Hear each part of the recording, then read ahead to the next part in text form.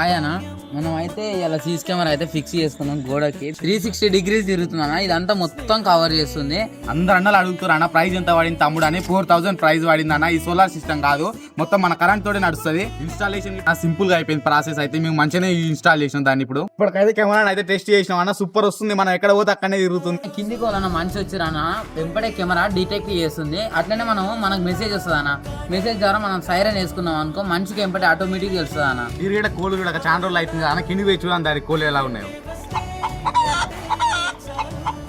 మన కోళ్ళు అయితే 3 వాకిలు అయినా తెచ్చిన కాడికెళ్ళి అయితే మన కోళ్ళు అయితే మంచిగా ఉన్నాయన్న. మొన్ననే బ్యాడ్ లక్ ఏంటంటే 15 కోళ్ళు పోయినాయన్న. దేవుడు సల్లగా చూస్తే చాలన్న.